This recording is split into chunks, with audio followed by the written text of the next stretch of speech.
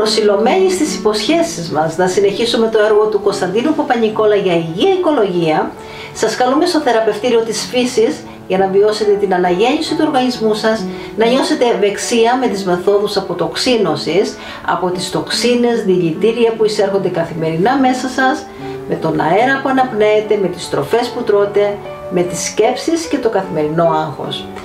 Στον όμορφο χώρο του θεραπευτηρίου της φύσης στον Οροπό, μέσα σε ένα καταπράσινο δάσος, θα περπατήσουμε στα όμορφα μονοπάτια, θα κάνουμε εκδρομές στη θάλασσα, στα ιαματικά λουτρά, θα χορέψουμε, θα γυμναστούμε και θα τρώμε για 5 μέρες υγιεινά γεύματα και θα πίνουμε αποτοξινωτικούς χυμούς.